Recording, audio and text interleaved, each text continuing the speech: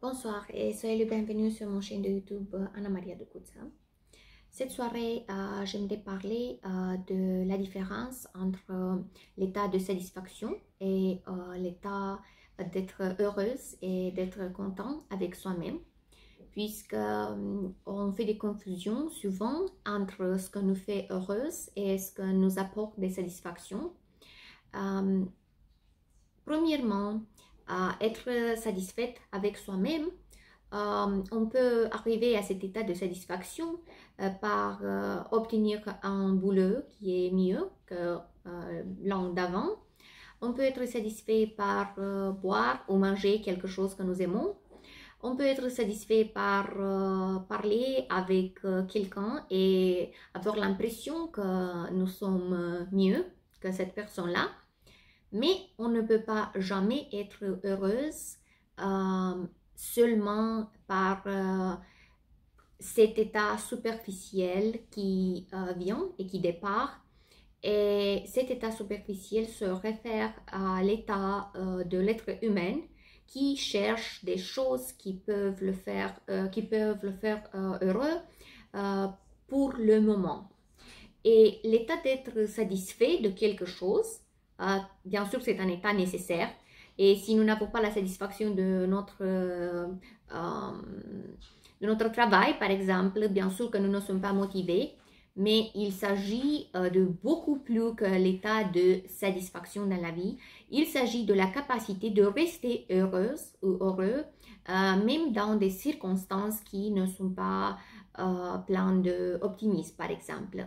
Et c'est ça la différence entre l'état d'être satisfaite et l'état d'être heureux, puisque si je suis heureux, je peux garder cet état d'esprit avec moi dans toutes les circonstances sans dépendre aux facteurs extérieurs.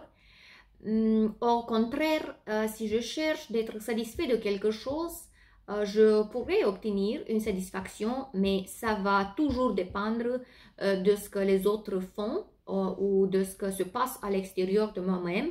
Et donc, cet état de satisfaction sera comme une sorte de dépendance pour moi et je chercherai toujours la satisfaction et ça c'est dommage puisque je vais perdre le plus important et ça c'est l'état d'être heureux.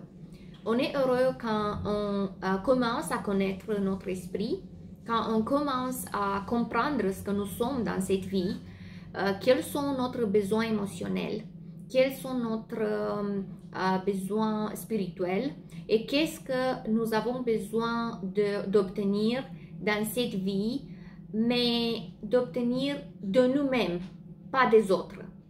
Et c'est ça, puisque la société moderne est trop engagée dans ce travail de nous faire toujours chercher quelque chose d'autre pour être satisfait.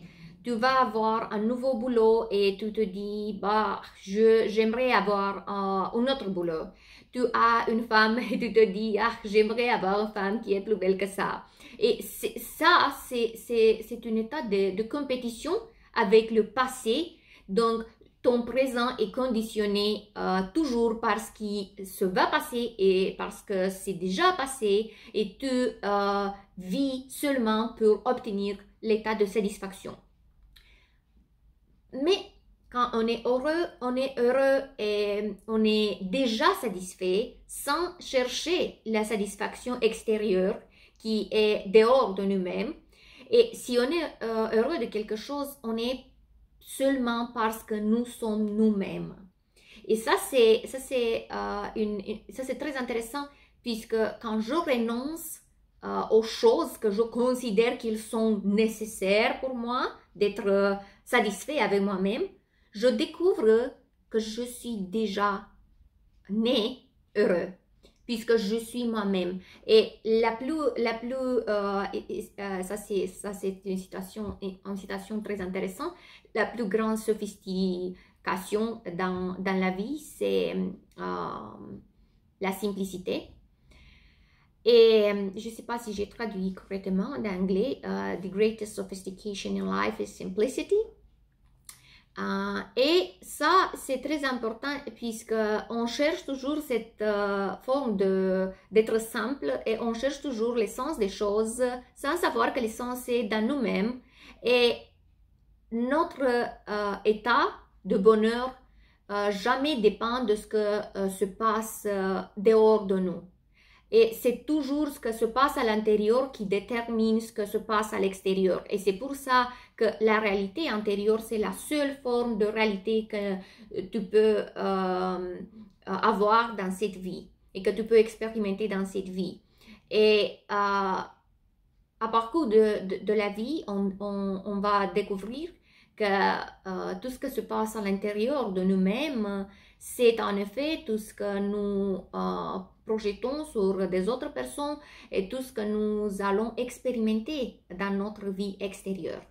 Donc, l'état d'être heureux, d'être en équilibre avec nous-mêmes, c'est plus que l'état d'être satisfait. Et si on apprend cet art de communiquer avec nous-mêmes, de rester avec nous-mêmes, d'apprendre ce que nous sommes dans cette vie, on peut être satisfait avec qui nous sommes sans chercher des choses à l'extérieur, puisque la satisfaction est inclue dans l'état d'être heureux, mais on ne peut pas être heureux seulement si on est satisfait, puisque l'état d'être heureux, c'est un état qui est propre seulement à l'esprit humain. Et si on a cette puissance et cette capacité et cette volonté de rester connecté avec nos esprits et de laisser nos esprits se manifester dans cette vie, on peut être satisfait avec nous-mêmes et aussi avec les autres et avec ce que les autres font sans aucune difficulté. Ça c'est naturel et ça, c'est en fait notre vie, cet état d'être simplement heureux avec soi-même.